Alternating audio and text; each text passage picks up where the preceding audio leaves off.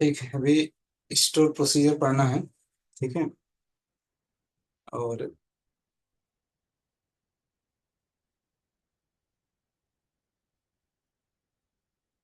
थोड़ा सा बात करते हैं आप लोगों से। जो पुराने हैं, कुछ नए भी हैं इसमें, पुराने और नए हैं।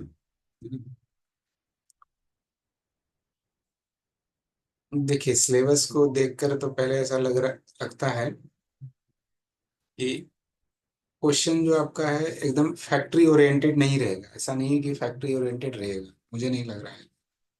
फैक्ट्री ओरिएंटेड समझ रहे हैं ना, कि ऐसा नहीं कि फैक्ट्री का हर चीज पूछेगा आपको फैक्ट्री के बारे में। वो देखिए, स्टोर प्रोसीजर और मटेरियल फिर बोर्ड पे मत लिखिए। बोर्ड पे क्यों लिख रहे हैं? हाथ उसमें लगा क्यों लगा रहे हैं? आपको देखना है कि हाथ लगाना है उसमें। ठीक है, तो फैक्ट्री स्टोर प्रोसीजर और मटेरियल मैनेजमेंट वो आपके फैक्ट्री में भी होता है और बाहर में भी होता है ना। किसी प्राइवेट फैक्ट्री में भी होता है, किसी प्राइवेट फॉर्म में भी होता है। मटेरियल कंट्रोल होता है, मटेरियल मैनेजमेंट होता है। ठीक है।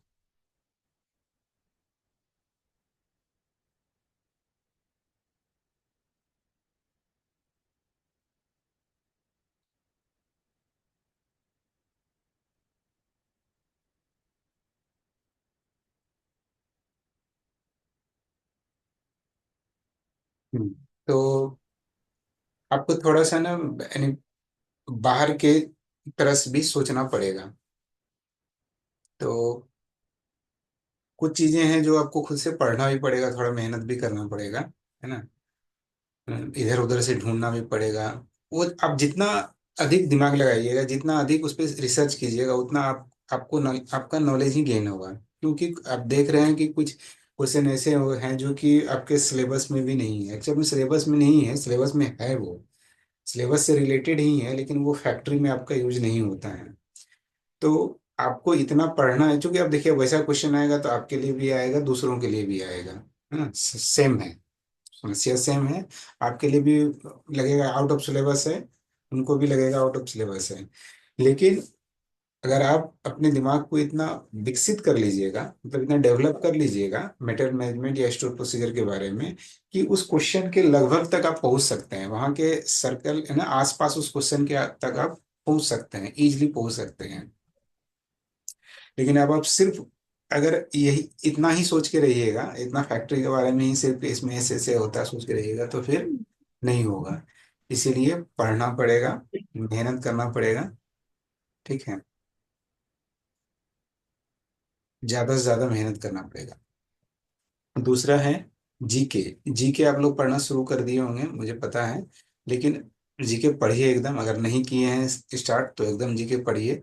जीके थोड़ा वास्ट हो गया है आपका, क्योंकि उसमें जो ये है आपका करंट अफेयर्स टॉपिक लिख कर आ रहा है, तो ज्यादा से ज्यादा पूछिएगा, इसलिए करंट अफेयर्स एकदम पढ़िए। पिछले 12 महीने का करंट अफेयर्स शुरू कर दीजिए पढ़ना। बाकी जो उसमें और है, आपका 5 ईयर प्लान है, कॉन्स्टिट्यूशन है, इसको पढ़ना शुरू कीजिए। कोई बुक लीजिए, अच्छा सा बुक लीजिए, उसको पढ़ना शुरू कीजिए। अ, उसके बाद है उसमें कुछ पॉपुलेशन करके है, फैमिली प्लानिंग करके है, तो उसके कुछ नोट्स हैं मेरे पास। ठीक है, वो मैं शेयर कर दूंगा, करीब 60-70 पेज के हैं, जो फैमिली प्लानिंग वगैरह कुछ होता है। इन सबको कुछ नोट्स है तो मैं कर दूंगा। ठीक है, अभी आपके पास टाइम है, तो आप जो इन्वायरमेंट की कोई एक बुक लीजिएगा, ecology and environment. Ecology and environment करके एक कोई बुक आती है, पतली सी बुक लीजिएगा। है तो बहुत मोटी मोटी भी बुक आती है, क्योंकि वो जो यूपीएससी है उसका सिलेबस है, इन्वायरमेंट एंड इकोलॉजी। तो वो बुक ले लीजिएगा, तो उससे क्या होगा, आपका जो इन्वायरमेंट का पार्ट है कुछ कुछ आप पढ़िएगा उसमें। ऐसा नहीं कि सब पढ़ना पॉसिबल नहीं है, लेकिन देखिएगा तो बहुत कुछ जानकारी मिल जाएगा। ये थोड़ा आपको अपने एंड से मेहनत करना पड़ेगा। ठीक है, तो कीजिए। और हाँ, अगर कुछ क्वेश्चन है तो पूछ सकते हैं, फिलहाल पूछिए, कोई बात नहीं है। सर वो पॉपुलेशन वाले हिंदी में नोट्स रहेंगे ना सर? हाँ वो एक्चुअली हिंदी में है ओके। ना, हिंदी में। तो ये करना पड़ेगा आपको। और और क्लास का जहाँ तक है, क्लास लगभग इसी टाइम पे होगा, 7 बजे से होगा, 8 बजे से होगा। ठीक है। क्लास छूटता है तो कोई बात नहीं है, बहुत सारे काम रहते हैं हम लोगों को, बच्चे तो है नहीं हम लोग, है ना। तो कोई बात नहीं है, आप कभी भी पढ़ सकते हैं। नोट्स मैं आज नहीं दे पाया, कोई बात नहीं है। आज मैं आपको नोट्स दे दूंगा, ठीक है। नोट्स दूंगा तो इस तरह से नहीं दूंगा कि एक साथ मैं आपको पूरे पूरा दे दूंगा, वैसा नहीं करूंगा मैं, ठीक है। आपको चैप्टर वाइज दूंगा मैं, ठीक है। चैप्टर वाइज दूंगा मैं। आप उसको प्रिंट करा लीजिएगा। प्रिंट कराने में ध्यान रखिएगा कि आपका कॉपी ना करे, कोशिश कीजिएगा, क्योंकि फिर आप ही को दिक्कत होगा, है ना। तो ऐसे जगह पे कराइएगा जो आपको कॉपी ना करे, है ना। एक बार मैं दे दूंगा, आप कॉपी कराइएगा, पूरा कॉपी होके पूरा सर्कुलेट हो जाएगा, ठीक है। तो पिछले बार भी सर्कुलेट हुआ था, लेकिन इस कारण से सर्कुलेट नहीं हो पाया था। मैंने जब इसको टुकड़ों में दिया था, सर्कुलेट नहीं हो पाया था। वो जो पढ़ता है उसी तक है ना, नॉन सीरियस वाला कहानी नहीं हो जाता है उस तरह से। तो ये ध्यान रखिएगा। और उसके बाद में पहले, इसे पहले ही दे दूंगा, नोट्स पहले ही दे दूंगा, ताकि आप उसे पढ़ लिया करें। और उसके बाद फिर अगर क्लास में कुछ क्वेश्चन है तो क्वेश्चन आप पूछ सकते हैं, है ना। ये कब होगा, जब मैं आपको नोट्स पहले से ही दे दूंगा। तो मैं नोट्स पहले से दे दूंगा, ठीक है। तो जैसे पिछले साल के नोट्स है तो इसमें कुछ थोड़ा बहुत अमेंडमेंट करे हैं सर? कुछ कुछ मैंने किया है ना, कुछ कुछ किया है मैंने, कहीं कहीं पर भी किया है। और मैं और उसमें कर रहा हूँ मैं उसमें, और मैं तो कर भी सर रहा। मतलब ऑब्जेक्टिव टाइप नोट्स नहीं मिलेंगे क्या? क्या क्या? ऑब्जेक्टिव टाइप नोट्स मिलेंगे क्या? ऑब्जेक्टिव टाइप ये मैं प्रॉमिस नहीं कर सकता हूँ, बाद में मैं देखूंगा, मैं करा सबसे दूंगा। लास्ट में सर देते हैं, तैयारी कराते हैं सबसे लास्ट में। हाँ लास्ट में करा दूंगा मैं, लेकिन प्रॉमिस नहीं कर रहा हूँ, क्योंकि प्रॉमिस करने के बाद हम जानते हैं क्या होता है। सर आप पिछले साल बहुत मेहनत किए सर, तो हम लोग समझते हैं, तो आप लास्ट में पूरा कराते हैं। पिछले बार मैंने जीके में ये नहीं बोला था कि मैं कॉन्स्टिट्यूशन भी पढ़ाने जाऊंगा आपको। आपको लगता है कि मैं आप कॉन्स्टिट्यूशन पढ़ाऊं बैठ के? तो साल भर में क्लास खत्म होगा। तो कुछ लोग मुझे इस तरह से मैसेज करते हैं, आपने बोला था सर, आपने जीके में कॉन्स्टिट्यूशन नहीं पढ़ाया, आपने इन्वायरमेंट नहीं पढ़ाया, इस तरह से भी। इसलिए मैं कह रहा हूँ, मैं जितना है मैं करूंगा, ठीक है, लेकिन प्रॉमिस नहीं करूंगा, आगे आगे आगे। ठीक है। लेकिन और बन जितना जाएगा। जितना मैं बोल रहा हूँ उससे अधिक ही कर दूंगा। और एक बात, आज तो ज्वाइन किए, लेकिन कल से देखिए, ध्यान रखिएगा, ये जो वीवो V23 12 है, अपना मोबाइल का नाम मत रखिए, कम से कम नाम रखिए ताकि मुझे दिखे, है ना। ये कोई बात नहीं होगा, हम सैमसंग लिख रहे हैं, वीवो लिख रहे हैं। मैंने उसमें बताया ना कि जहां पर आपका मोबाइल नाम आता है उसमें नाम लिखिए ना। एक बार आप नाम लिख लीजिएगा एक दिन, तो दोबारा कल लिखने की जरूरत नहीं होगा, क्योंकि ऑटोमेटिकली फिर वही नाम आएगा, समझ गए ना। ताकि मुझे भी तो देखे, आप अगर आप बोल रहे हैं तो कौन बोल रहे हैं, ठीक है। कल से इसको देख लीजिएगा।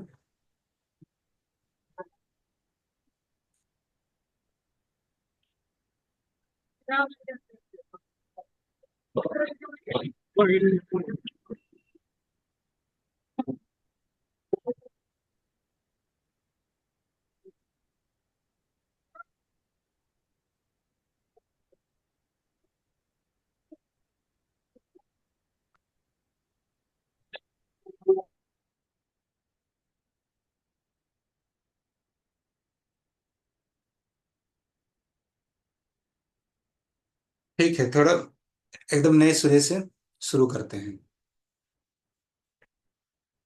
ठीक है। फिर कल से ज्यादा सही से हो जाएगा।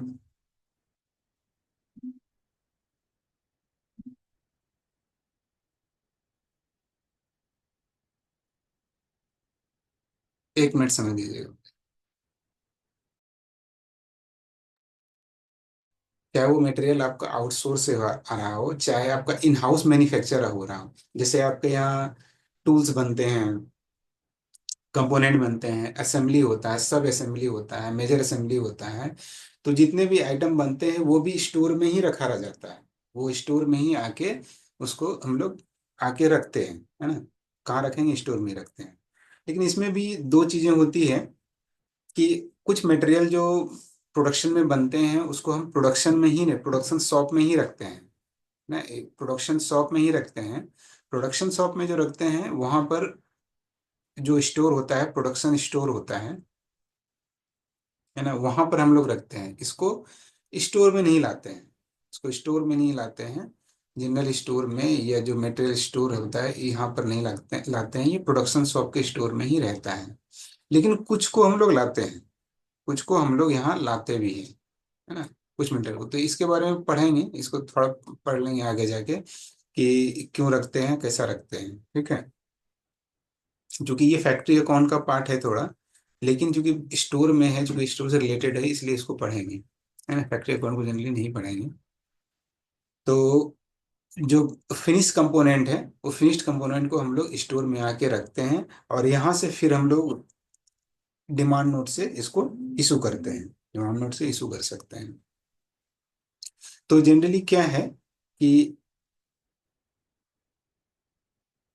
इन्होंने कहा कि डिफिनेशन ऑफ स्टोर्स, अब स्टोर्स की डेफिनेशन समझिए कि store keeping is that aspect of material control concern with the physical storage of goods. ये अल्फ्रेड बेट्टी ने कहा था, दो दो हैं, अल्फ्रेड और बेट्टी, है ना। तो ये थोड़ा याद रखिएगा, क्योंकि मैंने बताया नहीं कि अब जरूरी नहीं कि फैक्ट्री की तरह ही आप सोचें, है ना। तो ये इसका डिफिनेशन याद रखिएगा। स्टोर कीपिंग कह रहा है कि मटेरियल कंट्रोल, मेन तो मटेरियल कंट्रोल, हमारा जो पूरा स्टोर है वो मटेरियल कंट्रोल पर बेस्ड है। वो एक्चुअल में क्या करता है, मटेरियल कंट्रोल करता है। क्योंकि मटेरियल कंट्रोल मतलब क्या है, इनवर्ड मटेरियल, मटेरियल आने को कंट्रोल करता है, मटेरियल जाने को कंट्रोल करता है, दोनों को, है ना। मटेरियल जाता है आपका जो स्टोर से है, किससे, डिमांड नोट से जाता है। मटेरियल आता किससे है, रिसीव्ड वाचर से आता है। तो दोनों को ये कंट्रोल करता है ना। हम स्टोर को, चाहे अपना फैक्ट्री का स्टोर हो या कोई भी स्टोर हो, हम चाहे तो ब्रॉडली जो है या मेनली जो है, हम उसको तीन डिपार्टमेंट में ही डिवाइड करते हैं, ठीक है। कहते हैं, एक है स्टोर रिसिप्ट, एक है store issue, store stock. Store receipt एक डिपार्टमेंट है, स्टोर में एक डिपार्टमेंट हो जो रिसिप्ट का काम करता है, जहां पर मटेरियल आता है, ठीक है। उसके बाद स्टोर स्टॉक, यहाँ पर मटेरियल आके फाइनली स्टॉक होता है, यहाँ पर स्टॉक होता है। यहाँ पर जो रिसिप्ट जहाँ पर होता है, एक्चुअली वहाँ पर जो स्टोर होते हैं वो बॉन्ड कहलाता है, जहाँ पर टेम्परेरी कुछ समय के लिए ही रखा जाता है।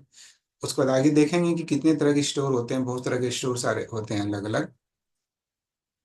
और उसके बाद स्टॉक होता है, यहाँ पर फाइनली आके मटेरियल आपका रखा जाता है। तो यहाँ पर स्टोर्स होते हैं, अलग अलग तरह के गोडाउन होते हैं। लेकिन रिसिप्ट के पास एक बॉन्ड होता है, सिर्फ क्या होता है, एक बॉन्ड होता है ना। इसके पास, स्टॉक के पास बहुत तरह के, अलग अलग तरह के गोडाउन्स होते हैं। उसके बाद नेक्स्ट आता है आपका थर्ड, इशू होता है। उसके बाद इशू किया जाता है। तो इशू जो होता है, यहाँ से किसको इशू करते हैं हम लोग, अपने कस्टमर को इशू कर सकते हैं। जैसे कस्टमर हमारा आर्मी है तो आर्मी को हम इशू करते हैं, और किसी अदर डिपार्टमेंट को भी कर सकते हैं। तो स्टोर में मेनली क्या काम है, रिसिप्ट, मटेरियल को प्राप्त करना, स्टॉक करना, और उसे इशू करना। तो इन सब को देखें तो स्टोर की रिस्पॉन्सिबिलिटी क्या क्या बन जाती है। रिस्पॉन्सिबिलिटी क्या बनती है, रिसिप्ट ऑफ इनकमिंग गुड्स, है ना।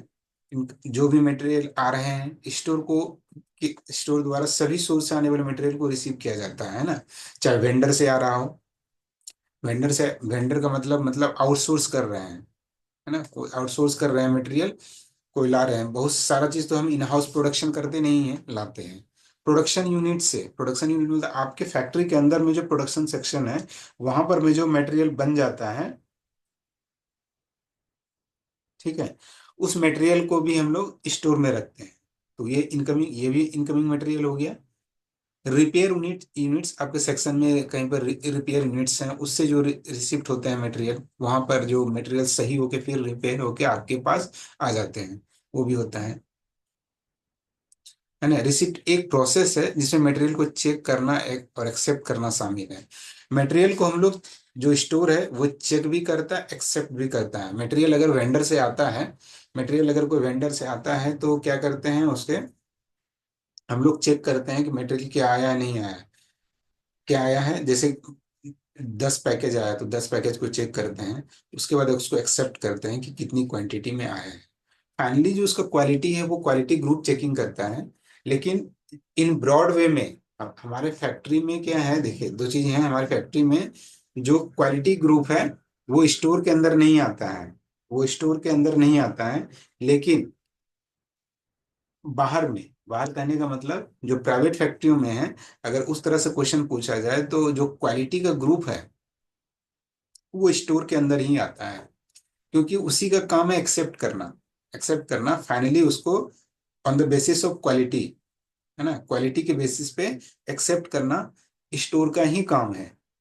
फैक्ट आपके फैक्ट्री के अंदर ऐसा नहीं होता है, क्वालिटी ग्रुप अलग होता है, स्टोर के अंदर नहीं होता है। लेकिन बाहर की फैक्ट्रियों में जो क्वालिटी का ग्रुप है, जो मटेरियल को एक्सेप्ट करता है कि जो मटेरियल आया है ना, जो मटेरियल आया है क्या वो सही है कि नहीं। सपोज कीजिए कि आपने कंप्यूटर का परचेज किया, कंप्यूटर को परचेज किया आपने, बोला कि डेल का कंप्यूटर चाहिए मुझे, सर्विस लैपटॉप चाहिए। तो अब आपके पास वो आ गया, फैक्ट्री के अंदर आ गया, जैसे 50 कंप्यूटर आए। तो लेकिन उसको चेक भी तो आपने, स्टोर क्या करता है, सिर्फ फिजिकल काउंट कर लेता है 50 कंप्यूटर आए। लेकिन अब कंप्यूटर के अंदर क्या है, आपने क्या बोला था उसे, 2 GB 4 GB का रैम चाहिए, वो दे दिया 2 GB का रैम, तो क्या आप उसे एक्सेप्ट करेंगे, नहीं एक्सेप्ट। लेकिन ये चेक कौन करेगा, क्वालिटी ग्रुप। ये चेक करेगा कि हमने लिखा था 2 GB का रैम तो 2 GB आया है, या 4 GB का लिखा तो 4 GB आया है। अधिक भी नहीं होना चाहिए, कम भी नहीं होना चाहिए, वही होना चाहिए जो हमने लिखा है। हमने जो लिखा है वही होना चाहिए।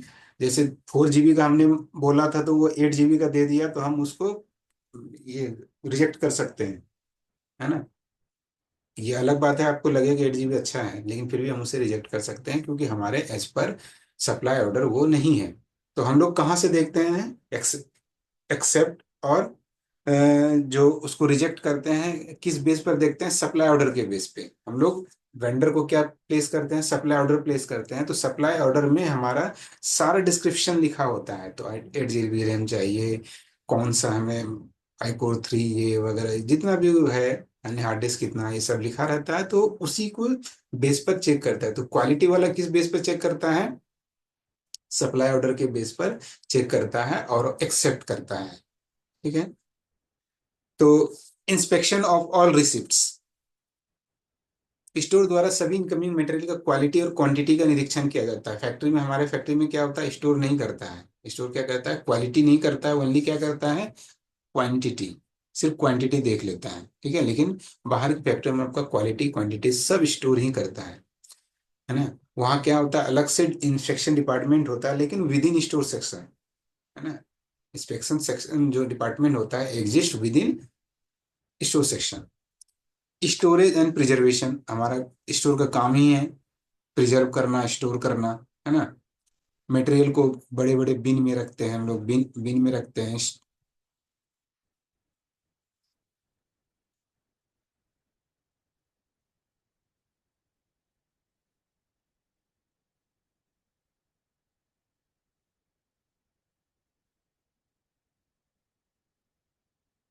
ठीक है, बिन में रखते हैं।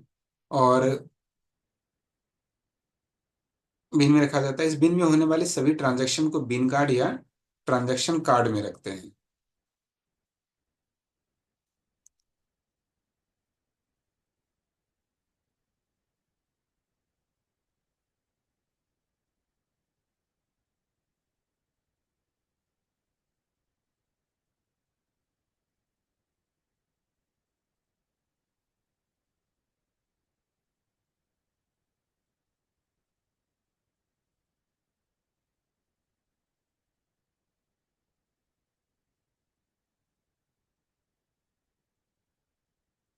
ठीक है। तो बिन होते हैं, बिन समझ रहे हैं, आपको फैक्ट्री में बिन देखे होंगे आप लोग, है ना।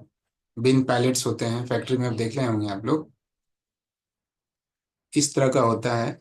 यहाँ हो सकता है कि जाली वाली वगैरह लगा हो। ठीक है। इसमें 4 पैर होते हैं, थोड़ा सा ऊंचाई होता है इसका। हाँ। तो इस तरह के बिन होते हैं, बड़े बड़े भी होते हैं, छोटे छोटे भी होते हैं। तो इनमें होने वाले ट्रांजैक्शन के लिए बिन कार्ड होता है। बिन में रखे सामान, उसके लिए ट्रांजैक्शन के लिए बिन कार्ड होता है या ट्रांजैक्शन कार्ड होता है। बाहर में जनरली ट्रांजैक्शन कार्ड बोला जाता है इसको। क्या बोला जाता है? Transaction card. तो ट्रांजैक्शन कार्ड से कंफ्यूज मत होइएगा, बिन कार्ड ही है वो, ट्रांजैक्शन कार्ड। तो ट्रांजैक्शन कार्ड जो होता है, मतलब जो बिन कार्ड होता है, वो जनरली क्या चीज दिखाता है? सिर्फ आपका क्या दिखाता है? फिजिकल बैलेंस को दिखाता है। क्या दिखाता है? सिर्फ आपका फिजिकल बैलेंस दिखाता है। ठीक है। तो बिन कार्ड और ट्रांजैक्शन कार्ड, एक सेकंड। तो बिन कार्ड में लेकिन लेजर जो होता है, जो स्टोर लेजर होता है, जो अकाउंट के पास होता है, उसमें क्या होता है? उसमें आपका वैल्यू होता है, मटेरियल का वैल्यू का बैलेंस बताता है, कितने वैल्यू का मटेरियल है वो। और बिन कार्ड सिर्फ फिजिकल है, आपको फिजिकल क्वांटिटी बताता है कि आपके पास कितना है अभी और कितना नहीं है।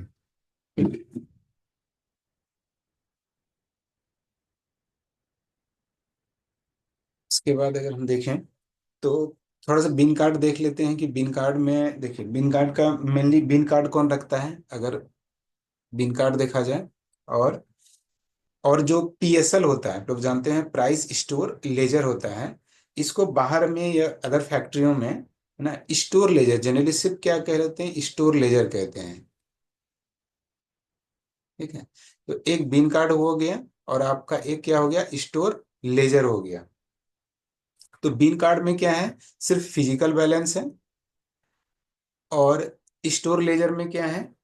फिजिकल तो है ही, लेकिन मॉनेटरी वैल्यू भी है ना, अमाउंट भी है, अमाउंट के रूप में है। जैसे कि समझ कीजिए कि यहाँ पर पांच, इसमें पांच कोई कंपोनेंट बचा हुआ है, तो यहाँ सिर्फ आपका बिन कार्ड में दिखाएगा पांच कंपोनेंट हैं आपके पास। लेकिन जो पीएसएल में क्या दिखाएगा, या तो स्टोर लेजर में क्या दिखाएगा? पांच तो दिखाएगा, शो करेगा, लेकिन इसका ये भी दिखाएगा कि पांच का वैल्यू कितना है, 100 रुपये है। ये भी आपका दिखाएगा। तो बिन कार्ड कहाँ रहता है? स्टोर में रहता है। ये कहाँ रहता है? अकाउंट्स के पास रहता है। ठीक है। और आप कह सकते हैं कि बिन कार्ड क्या है? एक रिकॉर्डिंग डॉक्यूमेंट है। अगर इस तरह से देखा जाए कि इसमें हम लोग क्या करते हैं? सिर्फ रिकॉर्ड करते हैं। क्या करते हैं? किसकी किसकी पोस्टिंग करते हैं इसमें? इसमें करते हैं रिसिप्ट वाउचर। ठीक है। रिसिप्ट वाउचर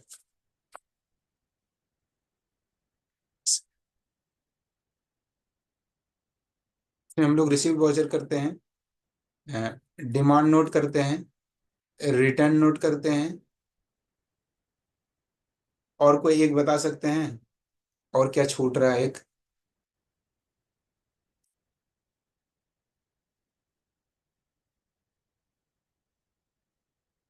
वही बताइए, पुराने वाले। बिन कार्ड में पोस्टिंग करते हैं received voucher, demand note, return note. कोई एक डॉक्यूमेंट और छूट रहा है, बताइए। वारंट पे नहीं है सर? नहीं। बॉन्ड नंबर डालते हैं। पोस्टिंग हम कह रहे एग्जामिनेशन ऑर्डर नहीं होगा? हैं, डॉक्यूमेंट की posting. ERB CIB MIS. CRB CIB तो ठीक है, सीआरबी से ठीक है। एमआईएस ही तो रिसीव्ड वाउचर है। एमआईएस ही तो रिसीव्ड वाउचर है। ठीक है। आपने, ठीक है, आप पहुंच गए वहां तक सीआरबी सीआईबी बोल के। बॉन्ड नंबर डालते हैं। क्या नंबर? Bond number. नहीं नहीं नहीं।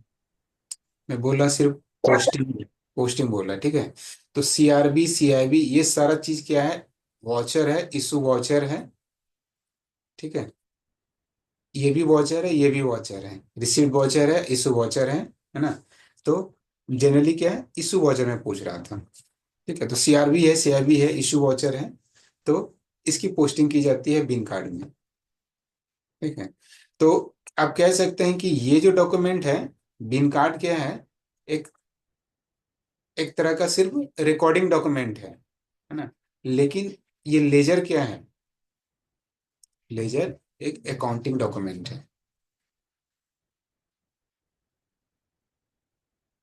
ठीक है। तो इस बात को याद रखिएगा कि जो आपका बिन कार्ड है ये रिकॉर्डिंग डॉक्यूमेंट है, लेकिन ये जो आपका स्टोर लेजर है ये क्या है, ये आपका अकाउंटिंग डॉक्यूमेंट है, क्योंकि इसमें आपका वैल्यू बताता है, इसलिए ये क्या है, अकाउंटिंग डॉक्यूमेंट है। ठीक है, तो इसकी रिस्पॉन्सिबिलिटी, बिन कार्ड की रिस्पॉन्सिबिलिटी किसके पास रहती है?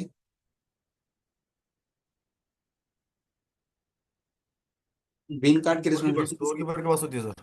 स्टोर कीपर स्टोर बिन कार्ड की रिस्पॉन्सिबिलिटी स्टोर होल्डर के पास हाँ होती है। हाँ, स्टोर होल्डर राइट है। ठीक है, लेकिन फिलहाल अभी स्टोर होल्डर जैसा कोई वर्ड नहीं है ऑर्डिनेंस फैक्ट्री में। ठीक है, इसके लिए जगह क्या हो गए हैं, JWM स्टोर ही स्टोर होल्डर होता है। ठीक है, JWM स्टोर ही नहीं होते। अगर आपको क्वेश्चन में स्टोर होल्डर नहीं है, JWM स्टोर नहीं है, तो आप स्टोर कीपर ही समझेंगे, स्टोर कीपर ही करता है और वही कस्टोडियन है इसका। ठीक है, और अकाउंट तो जानते हैं, अकाउंटिंग डॉक्यूमेंट है तो अकाउंट में रहता है।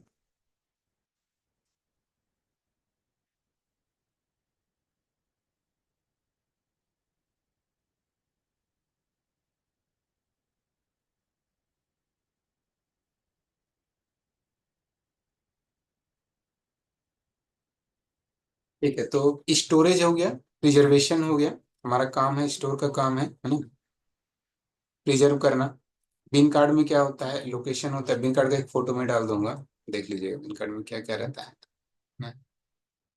जनरली आप जो बिन कार्ड देखिएगा फैक्ट्री के बिन कार्ड में, है ना, लोकेशन लिखा रहेगा, कहाँ पर लोकेशन रहता है, लोकेशन में बिन नंबर्स होते हैं, है ना, किस बिन में है, रो में है, किस रो में किस बिन में, इस टाइप का नंबर लिखा जाता है, किस रो में रखा हुआ है, किस कॉलम में रखा हुआ है, इस टाइप का। तो बिन कार्ड को, बिन के लोकेशन को बिन कार्ड में लिखा जाता है, ताकि हम लोग बिन कार्ड उठा के ही उसके लोकेशन को देख पाते हैं, ट्रेस कर लेते हैं। मटेरियल का आइडेंटिफिकेशन, स्टॉक में जितने भी मटेरियल रखे हैं उन सब का आइडेंटिफिकेशन बहुत जरूरी है। बहुत जरूरी है कि हम लोग उसको पहचान सकें, मटेरियल का आइडेंटिफिकेशन कर सके, पहचान सके। अब एक स्टोर कीपर के अंदर में बहुत सारे मटेरियल है, वो अगर पहचान नहीं पाएगा तो फिर काम कैसे करेगा, उसको पहचानना पड़ेगा ना कि मटेरियल कौन सा है ना। इसके लिए मटेरियल का ना कोडिफिकेशन किया जाता है, क्लासिफिकेशन किया जाता है, स्टैंडर्डाइजेशन किया जाता है। अब एक स्टोर कीपर के लिए पॉसिबल नहीं कि हजारों मटेरियल को पहचानना करना, तो वो क्या है, कोड के थ्रू पहचानता है, क्लासिफिकेशन कर देते हैं।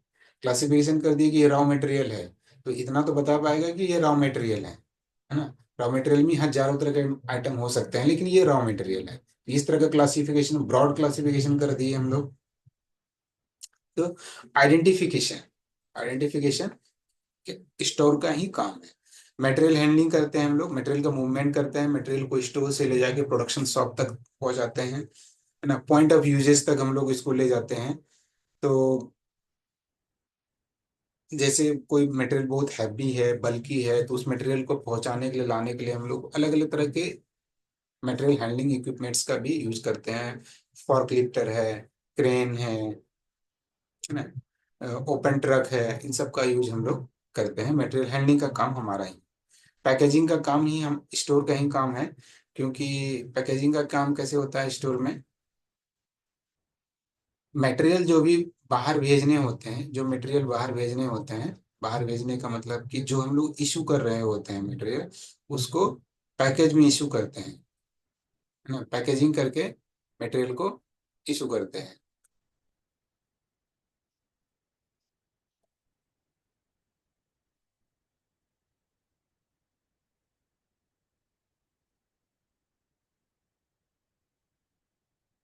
तो पैकेज क्या करते हैं, ताकि उसको नुकसान ना पहुंचाए, बहुत तरह के कॉस्टली आइटम हम लोग भेजते हैं, और फ्रिजाइल आइटम होते हैं जो टूट फूट भी सकते हैं, है ना, जहाँ पर ऑप्टिकल्स के आइटम भेजे जाते हैं, इस तरह के भी आइटम भेजे जाते हैं।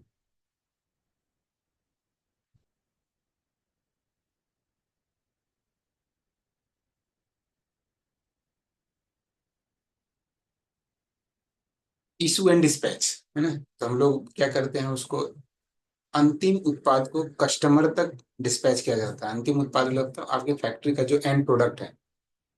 जैसे हमारे फैक्ट्री में व्हीकल बनती है, गाड़ियां बनती है, तो गाड़ी ही क्या है हमारा एंड प्रोडक्ट। कहीं टैंक बनता है तो टैंक क्या है उसका एंड प्रोडक्ट है। उसको कस्टमर तक हम लोग डिस्पैच करते हैं। स्टोर अकाउंटिंग करते हैं, स्टोर के मूवमेंट और बैलेंस को रिकॉर्ड करते हैं बिन कार्ड के थ्रू। तो यही क्या होता है, एक ये क्या है, स्टोर अकाउंटिंग है, ये अकाउंटिंग करना है। बैलेंस का रिकॉर्डिंग कई प्राइवेट फैक्ट फर्म में फाइनेंशियल वैल्यू के रूप में किया जाता है, लेकिन ऑर्डिनेंस फैक्ट्री में बैलेंस को क्वांटिटी के रूप में रिकॉर्ड किया जाता है। हम लोग कैसे रिकॉर्ड करते हैं, सिर्फ क्वांटिटी में। स्टोर क्या करता है, सिर्फ क्वांटिटी में रिकॉर्ड करता है। लेकिन जो प्राइवेट फर्म होते हैं क्वांटिटी के साथ वैल्यू भी रिकॉर्ड करता है उसी के साथ। लेकिन हमारा जो बिन कार्ड है देखिएगा, उसमें सिर्फ क्या रहता है, क्वांटिटी रहता है, वैल्यू नहीं रहता है। उसके बाद हमारा काम है इन्वेंट्री कंट्रोल करना। इन्वेंट्री कंट्रोल का क्या मतलब है, अपने रिसिप्ट और इश्यू को क्वांटिटी और वैल्यू में इस प्रकार कंट्रोल किया जाता है कि प्रोडक्शन को सही सपोर्ट दिया जा सके और स्टॉक बैलेंस को इकोनॉमिकली रखा जा सके। देखिए ये लगता नहीं कि स्टोर का काम है, ये इन्वेंटरी कंट्रोल ये लगता नहीं है कि स्टोर का काम है, क्योंकि हमारे यहाँ जो प्रोसीजर है उस प्रोसीजर में देखिए, हम लोग सिर्फ स्टोर क्या करता है, सिर्फ स्टॉक करता है।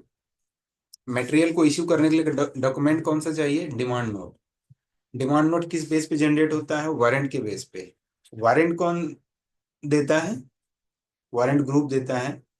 जो वारंट ग्रुप देता है, जो आपका प्रोडक्शन प्लानिंग होता है, प्रोडक्शन प्लानिंग सेक्शन होता है, वो करता है, वारंट इशू करता है। तो वो कर रहा है, स्टोर से क्या मतलब है, कोई लेना देना नहीं है।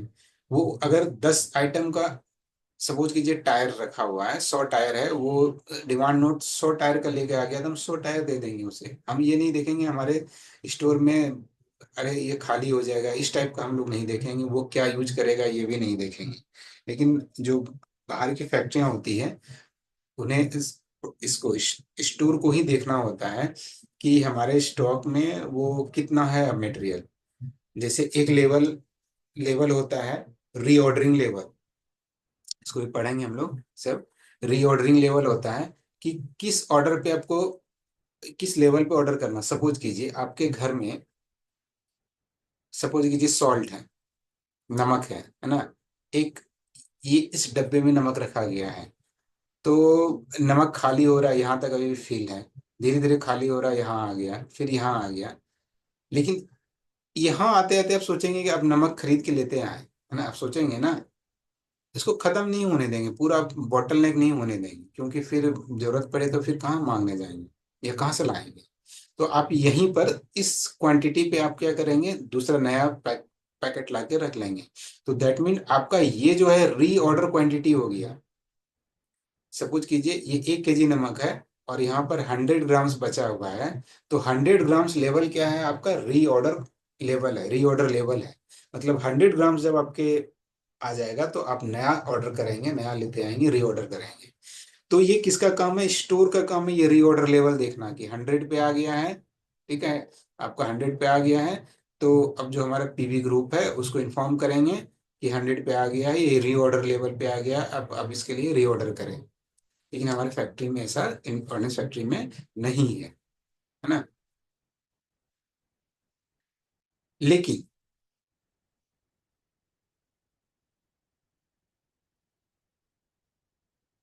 एक होता है SHIS, store holder inability seat. इसको जनरेट कौन करता है, स्टोर होल्डर इनेबिलिटी सीट को जनरेट पीवी ग्रुप करता है, प्रोक्योरमेंट ग्रुप करता है। लेकिन इसका मीनिंग देखिए तो वो स्टोर का ही एक डॉक्यूमेंट है। स्टोर होल्डर पहले जो होते थे, इनेबिलिटी सीट, वो बताता है कि कितने क्वांटिटी में है उसके पास। कोई किसी, जैसे यही टायर का, ये जैसे हम लोग सॉल्ट का ले रहे थे एग्जांपल, तो वो जनरेट करके बताएगा कि 100 ग्राम बचा है या 50 ग्राम बचा है, कितना बचाएगा, है ना। वो अपना क्वांटिटी इसमें स्टोर होल्डर इन्वेंटरी सीट में बताता है। ठीक है, इसके बाद इसी के बेस पे फिर प्रोक्यूरमेंट होता है, इसके बेस पे ही प्रोक्यूरमेंट, पहले HSIS जनरेट होता है, MP सीट फिर बनता है, तो इसके बेस पे जो है होता है SHIS के बेस पे। तो ये स्टोर होल्डर बताता है कि मेरे पास कितना मटेरियल है, ठीक है, मटेरियल कितना है, ये स्टोर होल्डर इनेबिलिटी सीट के थ्रू वो बता देता है। तो लेकिन बाहर की फैक्ट्रियों में स्टोर का ही काम है प्रोडक्शन को, स्टोर सॉरी ये जो लेवल है, लेवल को बनाए रखना ना, ताकि कि कभी बॉटल नेक ना हो जाए। लेकिन ऐसा भी कंडीशन ना हो जाए कि बहुत अधिक है, जैसे सपोज कीजिए कि आपको 1 kg का नमक सफिशियंट है एक घर में, है ना, अब क्या 10 kg का नमक ला के रखेंगे क्या सॉल्ट, क्या अगर 10 kg का रखेंगे तो आपके लिए नुकसान है। किस लिए नुकसान है, एक तो पैसे लग गए उसी समय, है ना, दूसरा उसके बाद दूसरा क्या है, हो सकता है इसमें मॉइस्चर लग जाए, कुछ लग जाए तो ये नमक खराब हो जाएगा। रखने के लिए स्पेस का जरूरत पड़ेगा आपको, एक फिर 10 kg नमक रखने के लिए हो सकता है इस जगह आप कुछ और रख सकें। तो हम लोग ओवर प्रोक्योरमेंट भी नहीं कर सकते हैं, ओवर प्रोक्योरमेंट भी नहीं कर सकते हैं, अधिक प्रोक्योरमेंट भी नहीं कर सकते हैं। तो कैसा प्रोक्योरमेंट रखेंगे हम लोग, इकोनॉमिकली, जो हमारे लिए फायदेमंद हो, बेनिफिशियल हो, हर तरीके से फिजिकल कंडीशन में भी देखकर और मॉनेटरी वैल्यू से भी तरीके से हमारे लिए इकोनॉमिकली हो, वैसे को हम लोग उतना रखेंगे। तो इसके लिए क्या करते हैं हम लोग ना, EOQ फॉलो करते हैं ना, इकोनॉमिक ऑर्डर क्वांटिटी, कि कितनी क्वांटिटी में हम लोग मटेरियल को परचेज करें, 10 kg ना करें, 1 kg करें या 2 kg करें। तो ये देखेंगे हम लोग बाद में देखेंगे। सर हेलो सर, सीट्स को कौन जनरेट करता है सर? क्या क्या, स्टोर होल्डर इन्वेंट्री सीट को कौन जनरेट करता है, एक बार बताइए। स्टोर होल्डर इनेबिलिटी सीट को PV ग्रुप जनरेट करता है, थैंक यू सर। ठीक है। लेकिन ये आपको लगता है ना कि स्टोर का डॉक्यूमेंट है ना, स्टोर का ही डॉक्यूमेंट है, लेकिन जनरेट PV ग्रुप करता है, प्रोक्योरमेंट। ओके सर, ठीक है सर, थैंक यू सर। तो ठीक है, तो इस तरह से हमें लेवल बनाए रखना है, लेवल को हम लोग, तो इस लेवल में हम लोग पढ़ेंगे ना, इसमें आगे पढ़ेंगे हम लोग कि बहुत सारा इसमें लेवल होता है। एक होता है बफर क्वांटिटी भी होता है, बफर क्वांटिटी होता है, रीऑर्डर लेवल होता है, मिनिमम लेवल होता है, डेंजर लेवल होता है ना, कितना कितना पे ये लेवल होता है। तो ये पढ़ेंगे हम लोग, इसका सबका फॉर्मूला भी है, इसका फॉर्मूला भी है कि कैसे निकालते हैं इन सबको।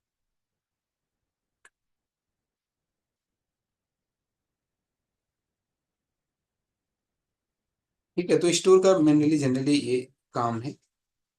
उसके बाद कुछ कुछ स्टेटमेंट है, थोड़ा देख लेते हैं कि स्टोर मैनेजमेंट क्या है। इसका मतलब है इफिशिएंट मैनेजमेंट ना, स्टोर कीपिंग के दौरान होने वाले सभी एक्टिविटी या वर्क को इकोनॉमिकली और इफिशिएंटली पूरा करें।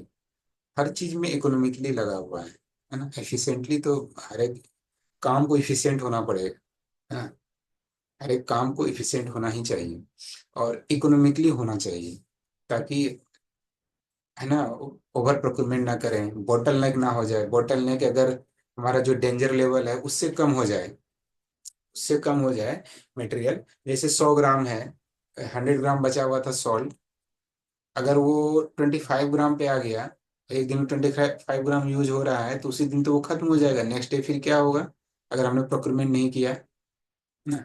लेकिन ये तो घर का बात है, लेकिन फैक्ट्री का बात हो वहां तो फिर प्रोडक्शन बंद हो जाएगा। 1 घंटे का काम जानते हैं कि लाखों करोड़ों का होता है, प्रोडक्शन बंद होना एक दिन मतलब बहुत बड़ी बात है।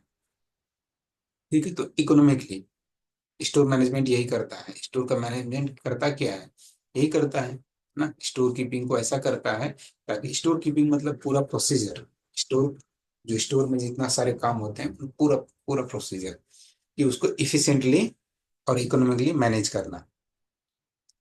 एक स्टेटमेंट है मैन आर्ट का, इसने कहा कि store management is to receive material is to protect. तो इसको पढ़ लीजिएगा, पहले ही पढ़े हम लोग कि स्टोर प्रबंधन का काम सामग्री प्राप्त करना, भंडारण के दौरान नुकसान, अधिक नुकसान। तो इसका स्टेटमेंट खाली याद रखिएगा थोड़ा सा, ठीक है। Relationship between store and other department, store का सबसे रिलेशन है ना, फाइनेंस सबसे डिपार्ट सबसे है। फाइनेंस एक ऐसा डिपार्टमेंट है जिसका लगभग लगभग क्या सब डिपार्टमेंट से है। बिना फाइनेंस का कोई ऐसा कोई डिपार्ट, आपके फैक्ट्री के अंदर ढेर सारे डिपार्टमेंट है ना, मतलब सेक्शन है। तो आपको लगता है कि कोई सेक्शन बिना फाइनेंस के रिलेशन से चलता हो? कोई भी सेक्शन बिना फाइनेंस के रिलेशन से नहीं हो चलता है, सब में फाइनेंस की जरूरत पड़ती है। तो अगर फाइनेंस सेक्शन को छोड़ दिया जाए ना, तो स्टोर सेकंड नंबर पे स्टोर ही आता है जिसका सारे सेक्शन से क्या है, रिलेशनशिप है ना। क्योंकि सबको हम लोग मटेरियल देते हैं, चाहे कोई ऑफिस हो तो वहां भी स्टेशनरी पेपर वगैरह हम लोग क्या देते हैं, स्टोरिंग देता है, तो सबसे इसका कनेक्शन है। लेकिन अगर देखा जाए तो स्टोर जो है सबसे अधिक उसका संबंध परचेज डिपार्टमेंट से है। क्यों? क्योंकि उसको फीड करता है, देता है। फीडिंग डिपार्टमेंट कहलाता है जो परचेजिंग सेक्शन है उसका, क्योंकि वही तो उसे फीड करता है, वही तो उसे लाके देता है मटेरियल, है ना। और उसके बाद उसका जो संबंध है प्रोडक्शन सेक्शन से है, और प्रोडक्शन सेक्शन के लिए क्या है, स्टोर एक सप्लाई डिपार्टमेंट है ना, ये इसको सप्लाई करता है। तो नहीं कि एक दूसरे के पूरक हैं ना। तो परचेज डिपार्टमेंट और ये स्टोर डिपार्टमेंट एक दूसरे के पूरक बोले जाते हैं ना।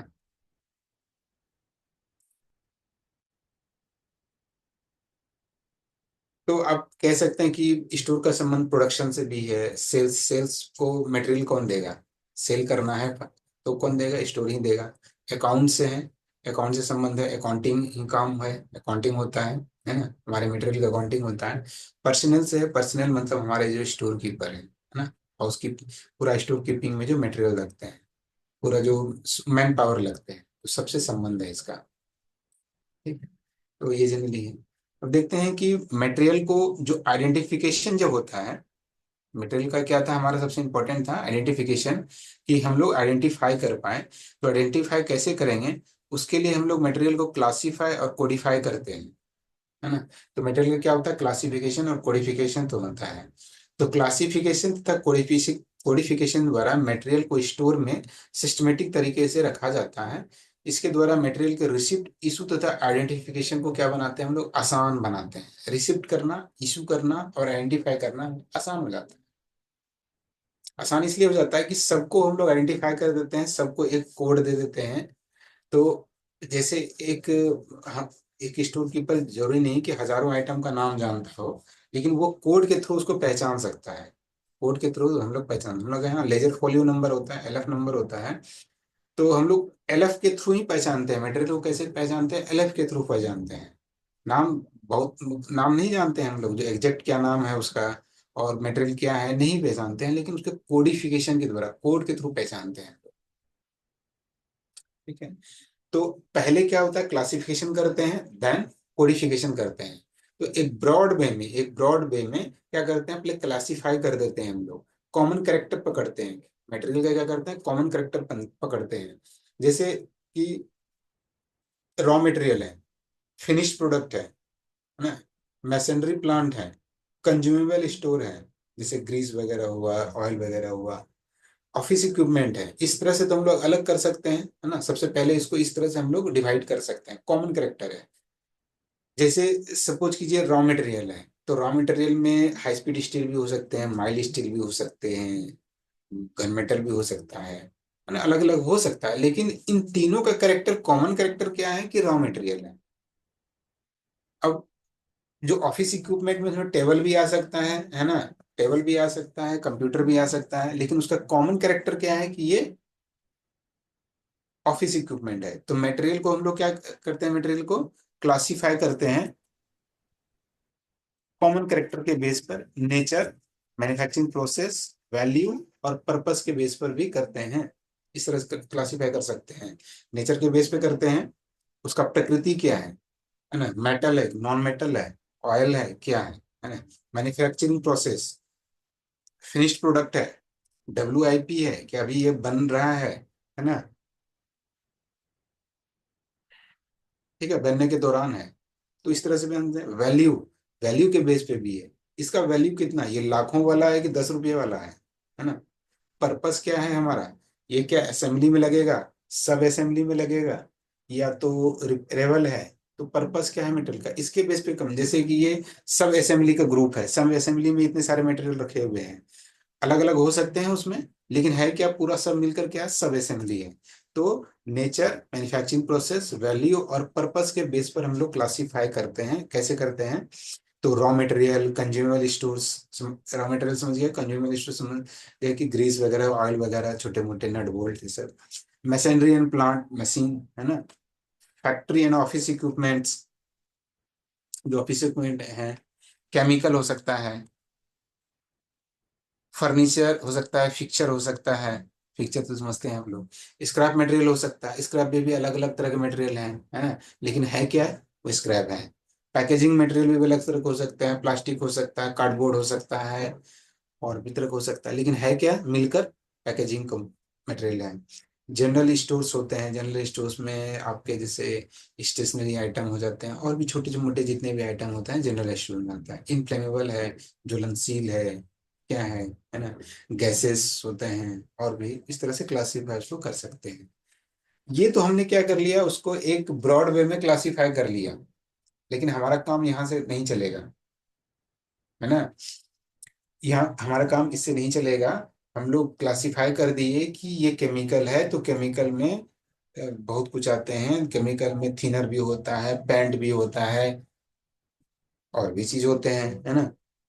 तो लेकिन अब हमें क्या करना है, तो हम अगर सिर्फ ये केमिकल बोले, तो केमिकल से ये पता नहीं चल रहा है कि वो पेंट बोल रहा है। तब हम और क्लासिफाई करेंगे इसको, थोड़ा और क्लासिफाई करेंगे, सॉरी क्लासिफाई नहीं, अब कोडिफाई करेंगे हम इसको, और अंदर तक कोडिफाई करेंगे, और हर एक आइटम को एक यूनिक कोड देंगे। जो कोडिफिकेशन होता है वो यूनिक नंबर होता है, वो किसी और को नहीं होता है। सपोज कीजिए, कंप्यूटर को हमने डेल के लैपटॉप को हमने दिया, डेल के लैपटॉप को हमने एक कोड दिया 02, सपोज कीजिए 02 दिया। तो अब इसमें स्पेसिफिकेशन है कि इसमें 2 GB रैम है ना, 500 GB हार्ड डिस्क है इसका, TFT है, LCD है, क्या है, ये है। तो ये जो इसका स्पेसिफिकेशन है, ये 02 के लिए फिक्स्ड है। लेकिन जैसे ही हम इसमें 4 GB रैम कर देंगे, तब ये 02 नहीं रह जाएगा। ये हो सकता है 03 हो जाए, 01 हो जाए, कुछ भी हो जाए, लेकिन 02 नहीं रहेगा, क्योंकि 0T के लिए ये स्पेसिफिकेशन फिक्स है। तो मतलब क्या हो गया, यूनिक हो गया, है ना। क्या है, यूनिक हो गया। आजकल देखते हैं ना, कहते हैं क्लॉथ्स में जो कपड़े होते हैं यूनिक होते हैं, मतलब वैसा कपड़ा दूसरा नहीं है ना। आजकल यूनिक का बहुत चला है, हमें यूनिक कपड़े चाहिए, दूसरा नहीं पीस बना हो वैसा, वैसा पीस दूसरा नहीं बना हो, सेम। ठीक है, तो इसके लिए हम क्या करते हैं, उसको कोडिफिकेशन करते हैं। ठीक है, तो कोडिफाई भी करने के लिए अलग अलग तरीके हैं। ठीक है, आज रहने देते हैं, पहले क्लासेस छोटा है, क्योंकि भी ये ओपीए पढ़ना है। ठीक है, कल कोडिफिकेशन का पढ़ते हैं आगे, और फिर 10 डिजिट का कोडिफिकेशन जैसे होता है, वो भी कल ही पढ़ लेंगे। ठीक है। सर एलएफ क्या होता है? एलएफ आपने बताया था अभी, एलएफ का मतलब फुल फॉर्म एल क्या एफ होती एल है एफ सर की? एल एफ अच्छा चलिए, लेजर फोलियो। थोड़ा सा क्या बता सर? देता हूँ। लेजर फोलियो होता है सर। अच्छा, मैं बता रहा हूँ इनके लिए लोजेट खोलिए, मैं कल ही बता दूँ। कल कोडिफिकेशन बताऊंगा ना, कोडिफिकेशन ठीक। बताऊंगा, तो लेजर फोलियो ही तो बताऊंगा मैं, तो उसका कंप्लीट अच्छे से बताऊंगा कि लेजर फोलियो कहाँ है, नाम क्यों आया है इसका लेजर फोलियो। ठीक है, कल बता दूंगा। ओके। सर और जो नए लोग हैं उनको सर ओके सर। एक बेसिकली बता दी जाइए, क्योंकि पुराने लोग तो समझ जाते हैं, नए लोगों को दिक्कत होती है। नहीं तो मैं बता तो रहा हूँ, बताइए ना क्या। हाँ, मतलब कोई बात, अभी आप बीच में बोल रहे थे ये तो हमने पढ़ा है, मतलब हम लोगों ने नहीं पढ़ा, मतलब जिनने पढ़ा होगा ऊपर। नहीं नहीं, मैं आप देखिएगा, आप गौर हाँ कीजिएगा कि मैं बोलता हूँ कि हमने पढ़ा होगा, लेकिन मैं उसको बताता जरूर हूँ। ठीक सर।